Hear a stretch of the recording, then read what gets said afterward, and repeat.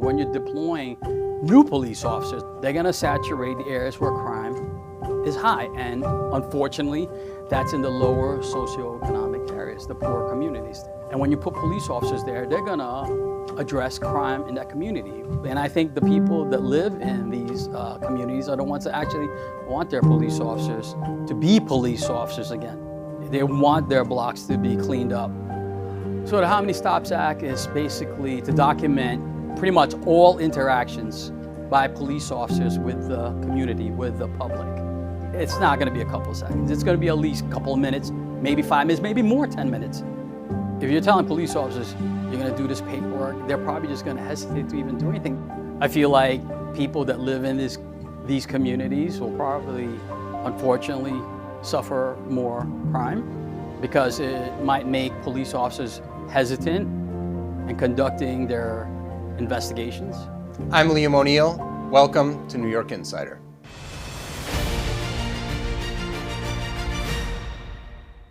Michael Alcazar, thanks for being on New York Insider. You're very welcome. Welcome to the show. We want to talk to you today about crime in general in New York City. I've seen stats that suggest that it's going down, but when I talk to people in social media, a lot of people don't necessarily think that way. And you have 30 years of experience in law enforcement. Where are we at? What's your opinion on crime today in New York City? Well, the stats showed it's down. I have suspicion that maybe numbers are perhaps being manipulated. That's happened in the past, right? But I think for most New Yorkers that live in the city, you know, riding the subway, walking the sidewalks, they probably feel for the most part, because they live here, that it's not as bad as what we see in social media or in the news, because it's magnified, especially like on Instagram. Everything's highlighted, it's all crimes.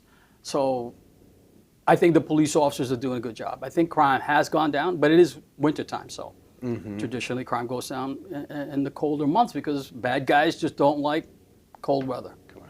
We'll see what happens in the summer. Like I was in the subway today, it felt perfectly fine. It felt perfectly safe. I didn't even see any homeless people.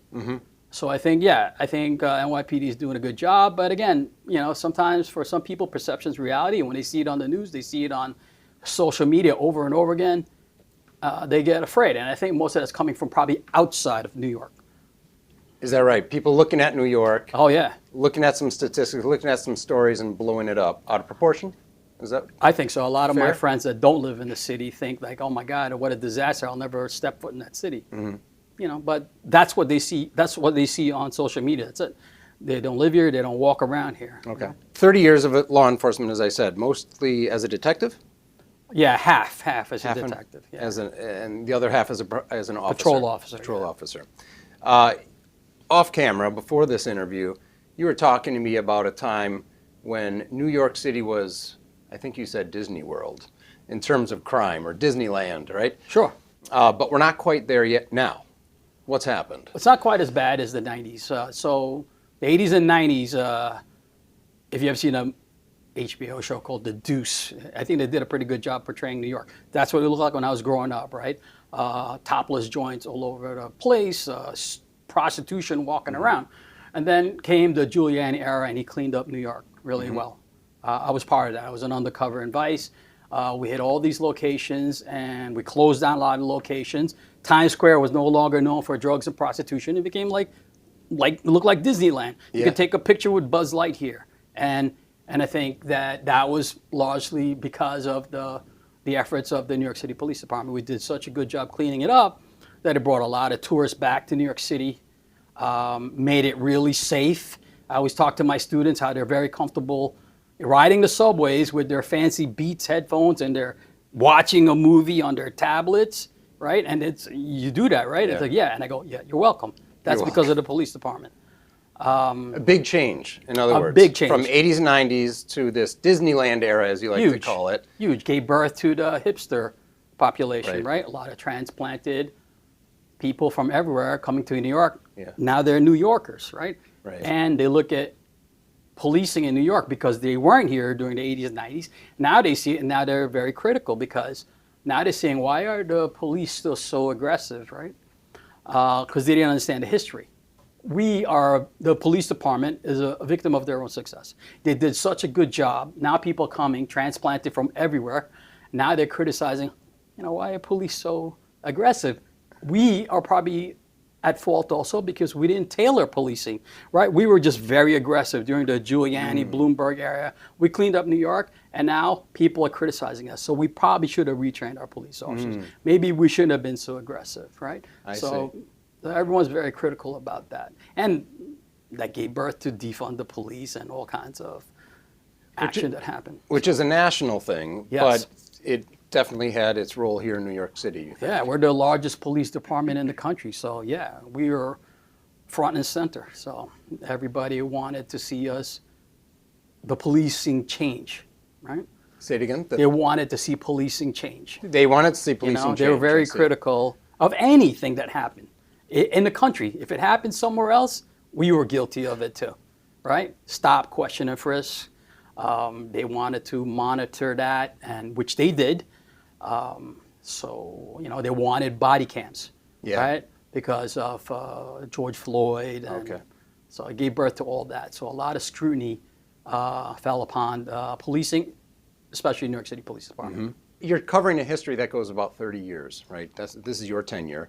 And you're going from a time when it's really rough in the 80s, 90s Right. to a really great period, peaceful period, where crime is historically at an all-time low. And the rest of the world is learning from the successes of New York City with the broken windows. That Broken term windows was, theory. Yeah. right? The broken windows theory was made famous by New York City. Sure. Yeah. But then stop and frisk was another policy, came under a lot of fire. Right. And then that marches us into the 2010s, where you start having this backlash against, like you said, the police and their own success. And right now, we're not quite as bad as the 80s, 90s, No, I don't but think we're so. not as good as we were in the early 2000s. Is that fair? Exactly. Yeah, we're somewhere in the middle. Somewhere in the middle. Yeah. And where are we going from here? Are we getting better? Are we getting worse? Hopefully it gets better. It depends on the mayor, the higher ups in the police department, where they're going to take policing for the future. A lot of new programs are in play that might handcuff the police. I think we're going to talk about that. Yeah. So, and a lot of people are Monday morning quarterbacking the police department because they're not police officers. They think it's something that they can implement that's not going to be a detriment to policing, which I feel it might hamper investigations. It might slow down. We have mass migration of police officers leaving, right, and having a difficult time recruiting, not just in New York City, everywhere. So it's going to be a tough time. And I believe we were like 34,000 strong. Now we're down to they're saying 30,000. It might even be less. So we're losing a lot of senior police officers. We're losing a lot of police officers. A lot of police officers are not staying to 20. Like myself, I did 30. A lot of people are leaving for other police departments in other municipalities where they're more welcome. I know a lot of friends moved to Florida where they're more police friendly, where they're more appreciated. And I think they feel they're not getting that here in Manhattan, in the city. I see. So there is this backlash against the police force in New York City, but also other places around the world. But it's really taking a toll on our numbers here. For sure. In New York City. Yeah. What other things are handcuffing, so to speak, the police force? Yeah, well, Hamstringing them. let's start with the DA squad, right? With the bail reform. They're not prosecuting. They're releasing prisoners. Most of them are getting arrested that day and they're released that day. So it's sending a bad message to the public, a good message for the bad guys, right? Because the criminals are getting arrested and they're released that day. And they're going to tell their other friends, hey, I got arrested for, shoplifting or, I was just released today. So the punishment is not equated with the crime, right? So bad guys think, well, if he got away with it, maybe I'll get it. They're not prosecuting anybody. Maybe I'll do that too. What's behind that? Why is the DA not prosecuting criminals that they would have prosecuted 10, 20 years ago? Yeah, it's something that they talked about in the past that they studied about discrimination, institutionalized discrimination, where they're saying that some people are not getting a fair shake because of their background, their status in the community, because they don't have jobs, they don't have education, and they felt like they were being targeted and they were being kept in prison longer. So they tried to adjust that. Yeah. Right. But I think, I think it's just sending the wrong message. Right. You're arresting somebody and then he's released the same day. It's just the message is not getting out there that crime is being punished or people are being released on their own recognizance. Just today, I heard a story about a stalker. I don't know if you heard about this. A stalker for, Taylor Swift. Did you hear about this story? No. So she had a stalker that's been stalking her like 30 times. And they just keep releasing him. That same day that they released him, he went right back dumpster diving and stalking her. Jeez. So they're not getting it. The bad guys aren't getting it. If you're releasing them, they're like, oh, they're not taking this seriously. I'm just going to commit more crimes. And that's just a small sample. That's a small example of something that's happening. So you said earlier, if I'm representing you correctly, so in the 80s, 90s, could you say the police were very aggressive to clean up a big problem, but now they're far less aggressive. And one of the reasons is DA is not, or one of the parts of that DA is not prosecuting. There's also this backlash against the police, institutionalized racism. Right. This cry that NYPD is a racist institution and is targeting non-whites. Right. How do you feel about that? There's also qualified immunity. In the past, when you're a police officer, if you did your job within the purview of your duties and you did it because you're doing the right thing, right? It's to protect somebody. Like let's say if you made an arrest and you had to use physical force and the perpetrator got hurt because of this, but you're doing it while you're making the arrest in a lawful way, you were protected with qualified immunity because you're not going to get sued. But now that's off the table, we think. So police officers don't have that luxury anymore. So they might get sued criminally, they might get sued civilly, not criminally. They could be arrested civilly and sued civilly. So they're not They don't have the protections that they once did. They don't have the protections. So now, therefore, they're hesitant. Right? They're scared. They're afraid to take action now. Right. And again, that's why a lot of them are leaving the police department because they feel like the police department probably doesn't have their back anymore. They're afraid they're going to be on social media and become the next big story that angers thousands of millions of people. Absolutely. Absolutely. So what about this charge that NYPD is racist? They've come under a lot of fire for that. Yeah. And how do you feel about that? Well, 99% of police officers do the job the right way, right? But the sad reality is when you're deploying police officers, when you're deploying new police officers, like coming out of the academy, they're not going to deploy them in an area where crime's not happening. Right? They're not going to put them in Bayside, Queens, where nothing's happening. They're going to saturate the areas where crime is high. And unfortunately, that's in the lower socioeconomic areas, the poorer communities. That's where they put police officers. And when you put police officers there, they're going to address crime in that community, robberies, shootings, burglaries. And there's going to be more police presence. There's going to be more foot posts. Yeah. And of course, they're going to make more arrests because they're going to be there and they're going to do their job. So I can see where the perception is that we're targeting brown and black communities. But that's just where the stats go. They're not doing it because of the color. They're doing it because of the stats. They're that's just the crime stats. stat. That's where it's happening, right? That's where it's happening. And that's policing. That's policing. That's what you do. It would not work well if you put them like in Flushing and now they're just doing nothing to fight crime. Nothing's happening, right? So you've just presented a great segue into a hot topic of the day, the How Many Stops Act, right? Yeah. It was vetoed last week by Mayor Adams, Right. Who campaigned on a Clean Up the Streets campaign, right? Yeah. And he won on that. But now he vetoed this act. And talk us through that. How do you feel about the act, first of all, or also explain what it is? So the How Many Stops Act is basically to document pretty much all interactions by police officers with the community, with the public. This has already been documented under a stop, question, and frisk, right? UF 250 reports. So it's a level 3 stop. Level 3, level 4. Level 4 is probable cause, documented by an arrest. You have probable cause to make an arrest. That's documented arrest. And then a level 3 is reasonable suspicion that this person you stop, which you can do a forcible stop, may have committed a crime, is about to, may, or did commit a crime. That's a level 3. What the Stops Act wants to do is address level 1, level 2. Level 1, level 2 is, level 1 is request for information. Who could request for information? Anybody. You could request for information, right? Okay. It's not a pointed question. It's not a accusatory questioning, right? It's just a request for information. Level 2 is a little bit more pointed. It's common law writ of inquiry.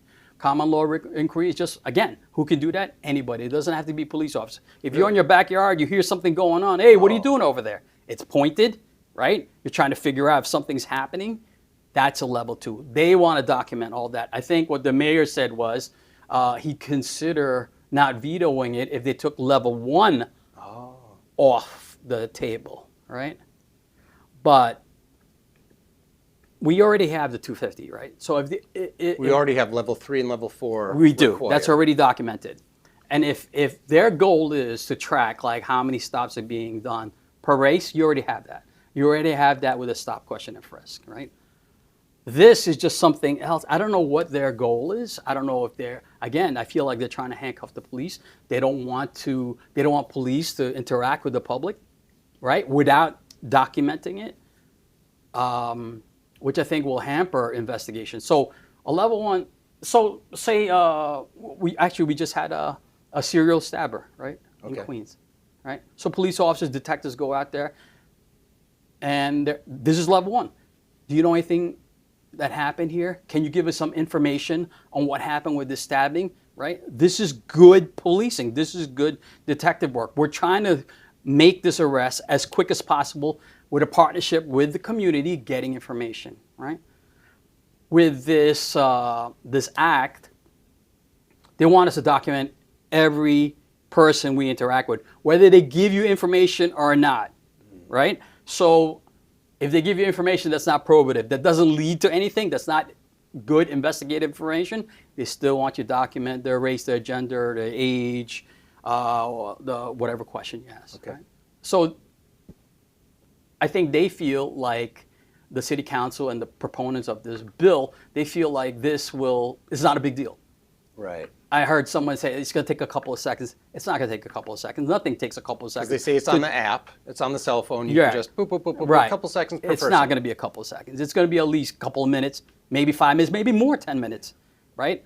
Just think about that. This is policing, right? We're just walking around and asking for information to help solve and stop crime. If the police officers have to do this for every single person they stop, it's just going to slow down policing. We're already short-staffed, right? We're already understaffed. We already don't have enough police officers. Now you're going to take them away and do more paperwork for something that went nowhere investigatively, right? So when I was in the squad and we did say there was a shooting in a neighborhood, we're going to canvass for witnesses, we're going to canvass for video, we're going to canvass for witnesses, and we're going to talk. We do document that already. We document that already on a DD5. It's a complaint follow-up, meaning an original complaint came for the shooting. Now we do a complaint follow-up on every person we spoke to, negative or positive information. We already do that. But it doesn't have their race, their gender, their age. Or... Oh, no, it does. We document all well. that. We did. We already have done that. But now they want to do that on a patrol level. Everybody does it. They want everyone to do it. We're already short-staffed. We already can't handle the volume of 911 calls. Now you're going to take a police officer off to do this report for something that wasn't even fruitful, that led to nothing. It wasn't an investigative lead. So, it's New York City, right? We're like 8 million people. You're going to ask a police officer to do this. It's going to take a lot of time. It doesn't seem like it. They make it sound like it's going to take a couple of seconds, but it will. It'll take a lot of time. And, It's telling, isn't it? I mean, Mayor Adams was a captain, right, of the police force, so it seems like he would stand to know a thing or two about, the reality, right? Sure. It's easy to say, yeah, it's just an app, it works easily. Yeah. But the opponents are saying, one of the reasons is, no, it's going to be cumbersome. That's what you're saying. And cumbersome to the point where maybe it limits the number of people that the police officers can be talking to, and maybe even will prevent some of those conversations. Is that and it works accurate? both ways. It works both ways. So, how do you mean?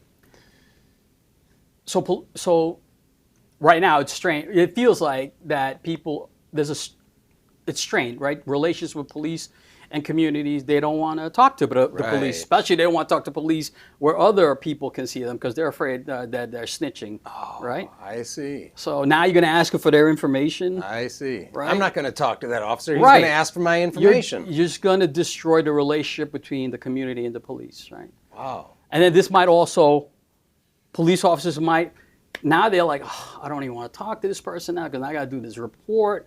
Who wants to do more paperwork in any job? Right. Now you have a police officer doing it. So the bad thing is now police officers might not even go ask questions when they normally did it. Because now there's this paperwork. And now we got body cams. We have the body cams. We have the paperwork. So you got to match up all this information. Oh, you talk to somebody, they're going to check the body cam.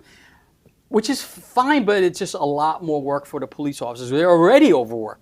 They're constantly handling thousands of 911 calls, demos, right? They're taken away from patrol. They're doing demos that they have to respond to in uniform. It's just a lot to undertake, for the police officers.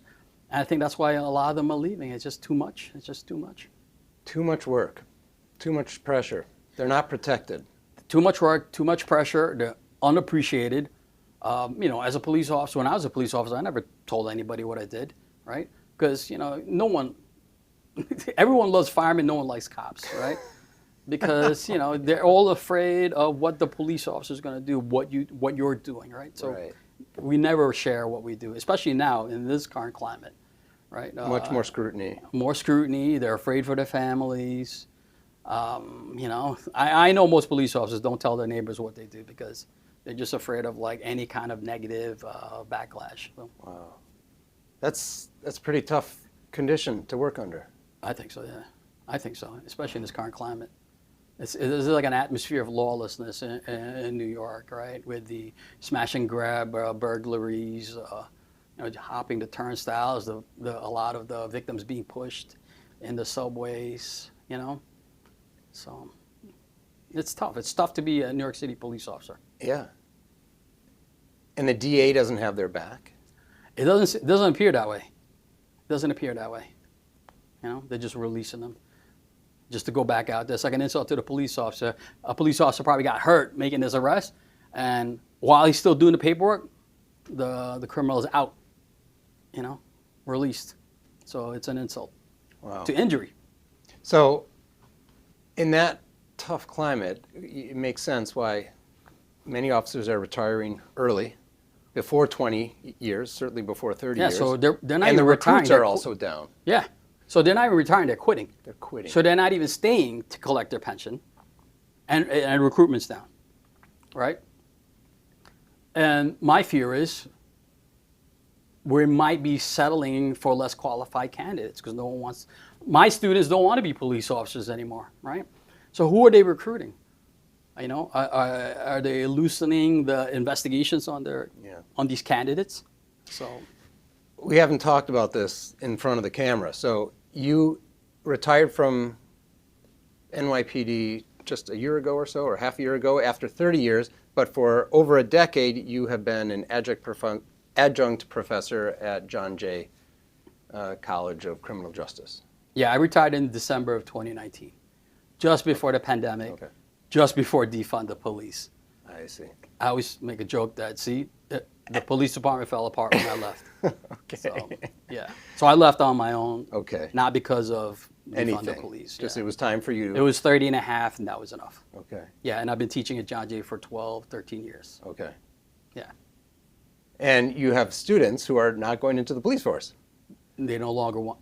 In the past, before defund the police, yes, they wanted to do it. Now they don't want to do it. So a very marked difference in the last 3-4 Yeah, years. I had a few of my students pass up on it. They were called to go into the academy, and they're delaying it because, of course, their family, their moms don't want to be police officers, you know. And I never push them either way, which way. It's their decision. So yeah, absolutely, I can see that recruitment's down, and most of my students did not want to become a police officer anymore. Yeah. And I think that's nationwide. Not just their mothers, maybe. Mostly Telling their them mothers. No mother wants their son to be a son or daughter to be a police officer. Right, but that's in any time, right? I mean, there's always that Sure. hurdle of getting over your mom being afraid that you're going to get shot out in the street somewhere, Sure. even in the best of times.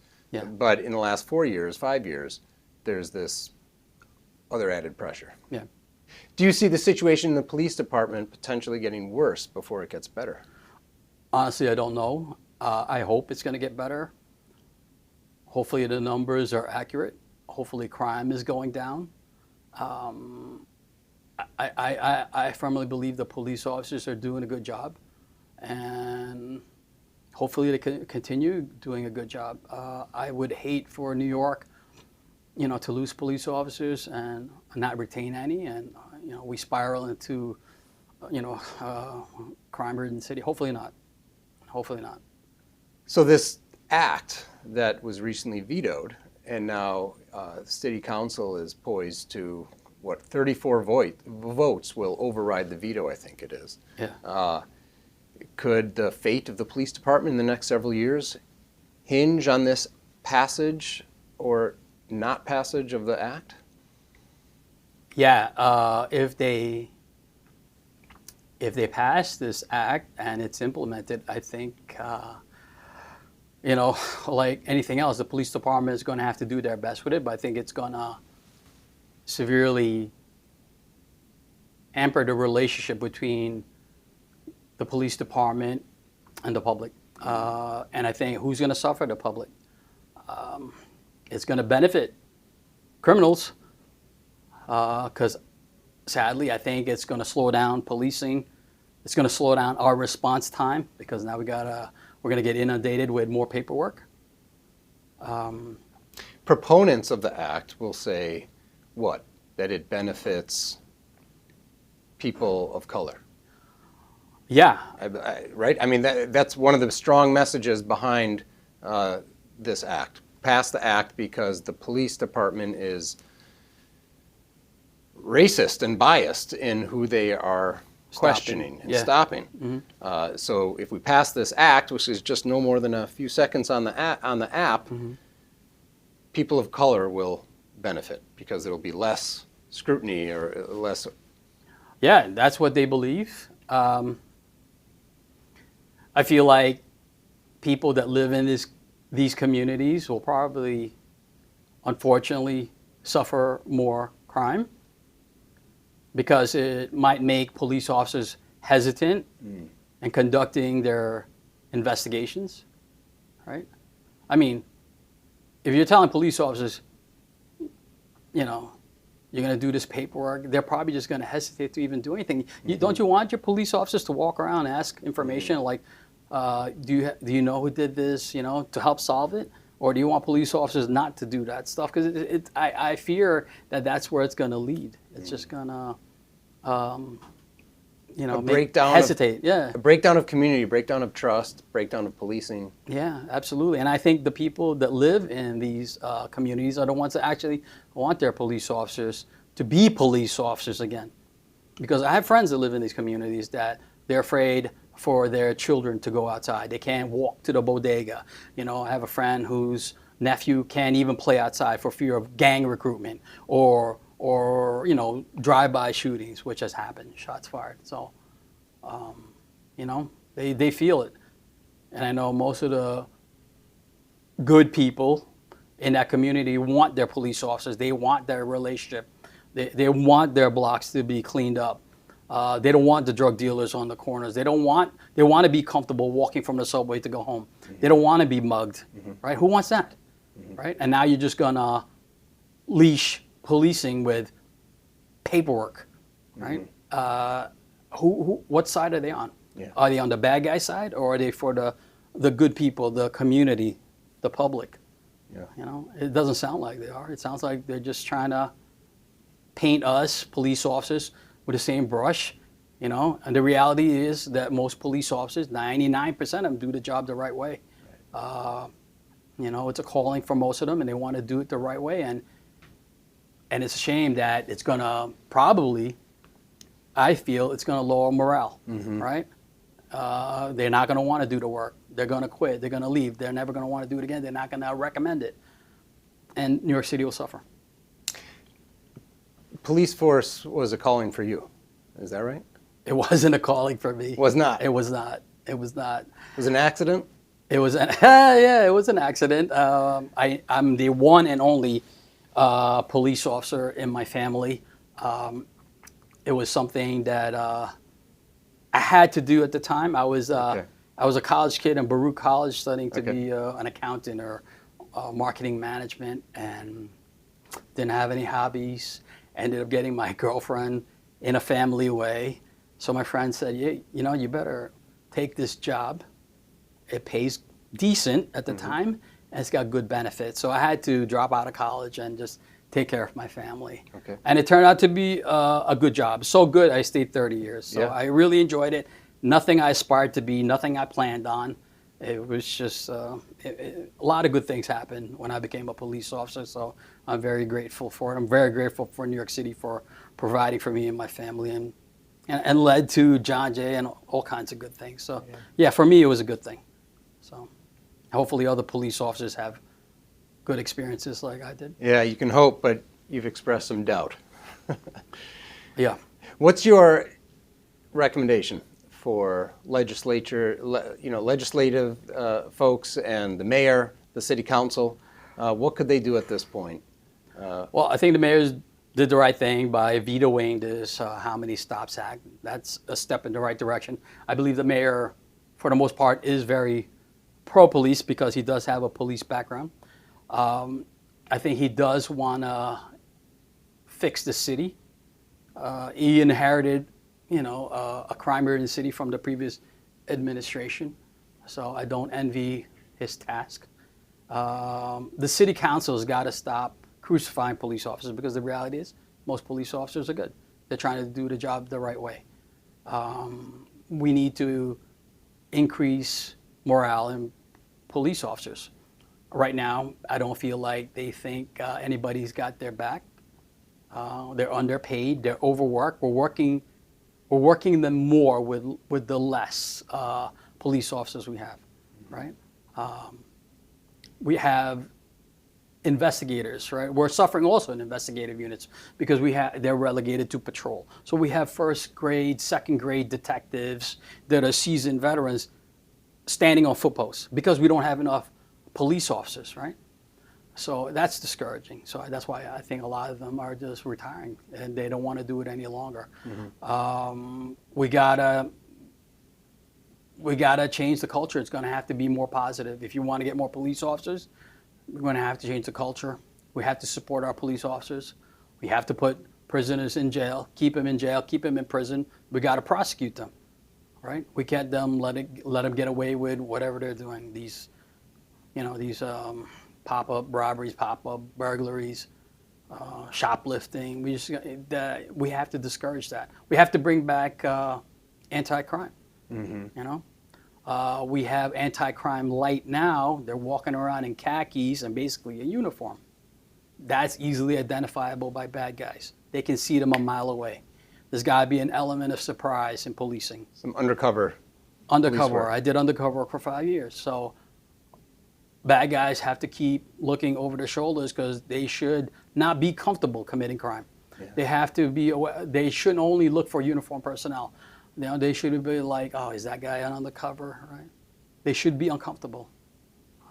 It's a Right it's now, a the valuable tool. criminal element is way too criminal, or way too comfortable. Everything is working for the criminals right now. Everything, right? They can readily identify police officers.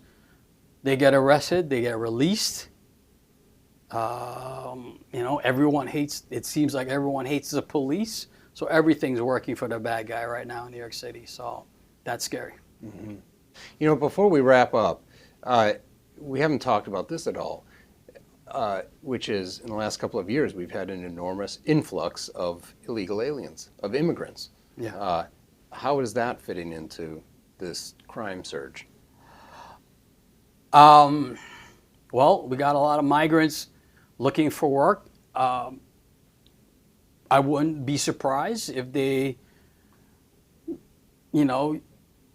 go into the underground economy, right? Because they're looking for work. I'm talking about like maybe human trafficking. It's not unusual for migrants to be trafficked into like sex work because it's something that might be readily available, something that they can make money to provide for their family, right? They don't want to do it. Maybe they don't want to do it. Maybe they're victims, but there's definitely a possibility of that. It seems we haven't seen sex work in New York City for 2 or 3 decades, and yet overnight almost it seems to be happening. There are posts online of, in broad daylight, prostitutes walking down the streets. Yeah, they're not willing to prosecute prostitution anymore. So I don't think it ever went away. Oh, is that It right? just went underground. Okay. But now, of course, it's an open market. Pretty much when I was a new investigator undercover, it was not unusual in the 90s to see prostitution walking around all over New York. And I think it's back. Yeah. So, sex workers unfortunately attract the migrant community because they don't have other means of employment. So I can see that, coming in a bad way. Yeah. And so it's just one more element that makes the police work difficult. And it's going to make it, and it's more difficult because we're not using investigators, right? Everybody's relegated to patrol. So a lot of these investigative units are not recruiting new investigators, they're just doing patrol work. So that suffers. Like we have homicide units, special victims, vice, narcotics, right? How are we going to fill those units if we don't have enough police officers to do patrol? So it's a heavy undertaking for the police department to juggle manpower. Wow. To address everything that's happening in New York City, and everything happens in New York City. Wow. And you're afraid with the passage of the act, if it is to be, the veto is to be overridden and the act passes, that it's just going to be keeping police numbers down further. I think it's just gonna delay response, right, to 911 calls. So police officers won't be able to answer as many jobs because now they got to do paperwork for something that's not even probative, that didn't lead to any kind of investigative steps or leads, right? Because they have to do it for fear of reprisal from their supervisors, that you got to do this paperwork, right? Because it will be under scrutiny. If they pass it, it will fall under heavy scrutiny. That did they do this work? It will be part of their activity. Did you do that paperwork? They're going to probably compare again to body cams. So it's definitely going to delay response, and that's my fear, that the citizens of New York are not going to get the police response that they need because there are going to be less police officers out there because they're doing this rudimentary paperwork. Yeah. Well, Michael, thanks for sharing all of your wisdom and experience. You offer a lot, and thanks for coming on the show. Yes, sir. Thank you.